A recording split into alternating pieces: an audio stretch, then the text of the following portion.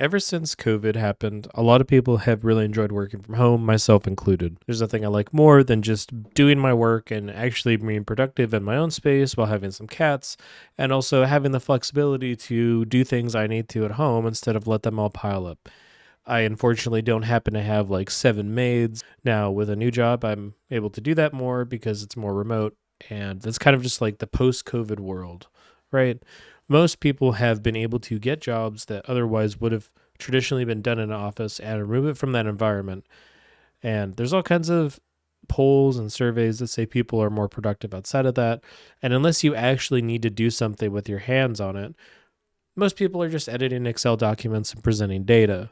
So, one of the companies that has eliminated a lot of jobs that otherwise, it's created a lot of great opportunities for people too. Don't get me wrong, but Amazon itself, they have been forced to go back to work by a corporate mandate. I don't think Jeff Bezos is the CEO anymore. It's someone else, but basically he's like, hey, come back to the office now. All of you really smart nerds that figured out how to make it so you didn't have to come into the office. And as a result of having 3 years of seeing how grass is on the other side, looks like they are planning a walkout. So this is new. I live in the Seattle area. This is the Seattle Times too, but I think it's a big talking point for people because it's a tech issue that people have where a lot of their job has been moved to a digital space anyway. Why are we going to the office again? Question mark. Is there enough room? Is there enough facility support? Do you have to pay for parking still? Like, or I could just stay home and start work a little bit earlier without having to do a commute. So Seattle Amazon workers plan to have a walkout over return to layoffs. The title of this story. So some Amazon employees that are in Seattle plan to do a walkout. I guess return to office mandates and a lack of action to address the company's impact on climate change. I guess, yeah, they do have a lot of shipping, don't they? But I guess that the big headline here is that they're trying to do a walkout to be like, hey, we would like to not just be forced to go to work every single day, which kind of sounds crazy and like a little bit of a time capsule, right? Going back 5 years, everyone had to go to work. I went to work 5 days a week. This action hinges on at least 1,000 Amazon employees agreeing to participate in the one-day walkout. In response, the Amazon spokesperson says we respect our employees' rights to express their opinions, which, I mean, I guess that's good. I think that Amazon has been in trouble with the NLRB for making unions and stuff in the past with their distribution centers. I believe there's a couple unions. I know that there's one in like, I want to say Staten Island, New York, and some other ones that Amazon has tried really hard to levy against. And there's been almost like court case issues about this before with labor disputes. So it's interesting to see how Amazon handles it because they're such a large tech company. Everyone else is going to follow suit with their plans more than likely. Does everyone need to come back to work? Because Amazon says so. Maybe it's good, right? Whether or not you like it, they're an industry leader. So I just thought this is an interesting story because there's been good energy on the South Lake Union campus, which is pretty close to where I live. Again, I live in Seattle, and some other urban centers around Seattle where they have a huge presence. We've had a great few weeks with more employees in the office. Senior Vice President for Communications, and it pertains to specific topics. This group of the specific topics, we've explained our thinking in different forums. But this also comes off the fact that Amazon has cut a ton of jobs. As you can see here, 27,000 is quite a bit. It's quite a bit more than zero. And that this is also coming after just huge revenue spikes that came out of COVID. And now that they're more normalizing, they're like, oh, wait, this is maybe this is not sustainable. So as you can see here, it's still not clear how jobs cuts have impacted their quarter one. Their HQ1. I guess that's their headquarters, right? Not quarter one. Amazon told the Washington Department of Labor laid off 2,300 workers in the Puget Sound of the area, and of that, 1,852 were in Seattle and 448 were in Bellevue, which is a lot. I mean, those are all people who more than likely at their HQ1 are making six-figure salaries and contributing not only to the local economy but also the infrastructure of Amazon. Another 9,000 job cuts company wide. I guess they haven't notified anyone else at the Department of Labor. So, the mandate in February, the CEO told employees that senior leaders have observed it's easier to learn, model, practice, and strengthen our culture when we're in the office together most of the time, surrounded by our colleagues. Boosters for downtown Seattle, where Amazon headquarters campus is located, cheered the mandate and hoped that thousands of returning workers would enliven the neighborhood. There is an issue also with that too. There's a lot of businesses in the area that have suffered because they were kind of like dependent on there being 2,000 people that would come and go every day that had thousands of dollars of disposable income, because these are pretty well-to-do people, right? I think it's an unfortunate step and a necessary one, said an Amazon employee based in Virginia who plans to participate in logging off for the day, who's a software engineer and asked to remain anonymous, but they're concerned about some of the health risks of working in the office.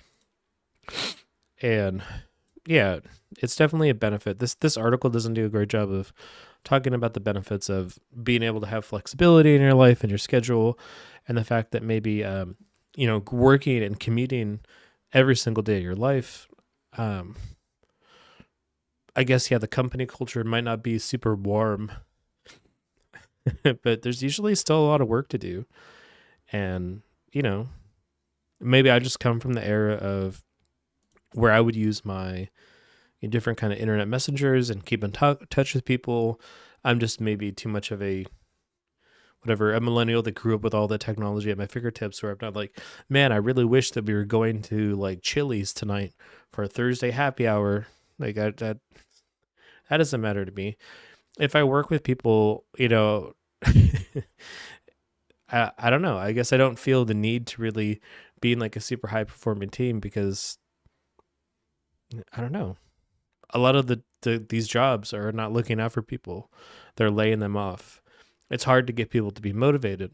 So to take their one of their only benefits away that's come out of COVID, and any kind of power that they would have, and say, no, come back in the office. We want to make sure you're being as efficient as possible and you are working as a team to achieve the goals as quickly as possible, under our watchful eye. I don't know. It kind of sucks, right? Everyone agrees that it sucks, and except for the people who, work at the corporate managers, right? The people who maybe are like getting pressure from someone else to generate more revenue. I think Amazon's going to be fine. I think that they've laid off 27,000 peoples. They've laid off 27,000 people. Did they need to lay off those people? Let me look. Amazon profits 2022. Its operating income nearly halved, reaching $12 billion, where operating profit margin declined from 5% to 2%.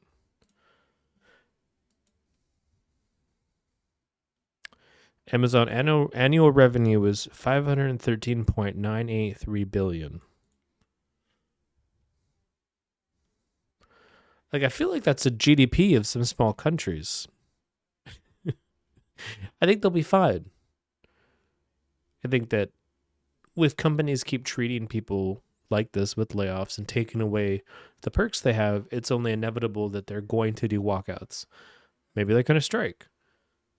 Maybe they're going to form more unions that didn't used to have to exist, because, that you could like get a job and be able to live. My rent is going up. I live in the Seattle area. It's insane. It's a huge like bubble. I can't save money. I can't have a family.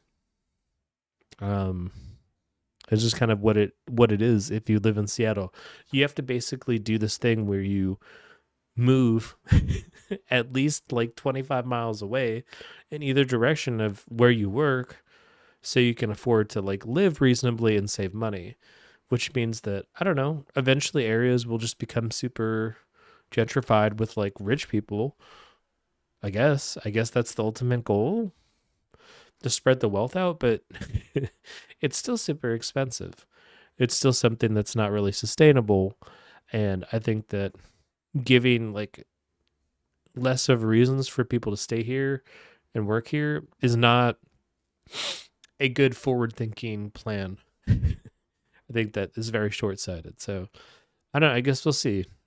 We'll see what Amazon workers do, but I'm glad that they're actually sticking up for themselves and doing what they think is right. And yeah, have you guys had some awesome benefits from working from home? Leave some in the comments below. Like the video, do other YouTube things for me, please. But it's like if you have to go work in an office and then you don't have to go work in the office to do the same thing, maybe it's something nice that your company could do for you to make you stay there for a long time. Maybe just this once. We don't have to put like the demand for output above people. Anyway, this is Chris. I'll see you guys next time. Talk to you later. Bye bye. Bye bye for now.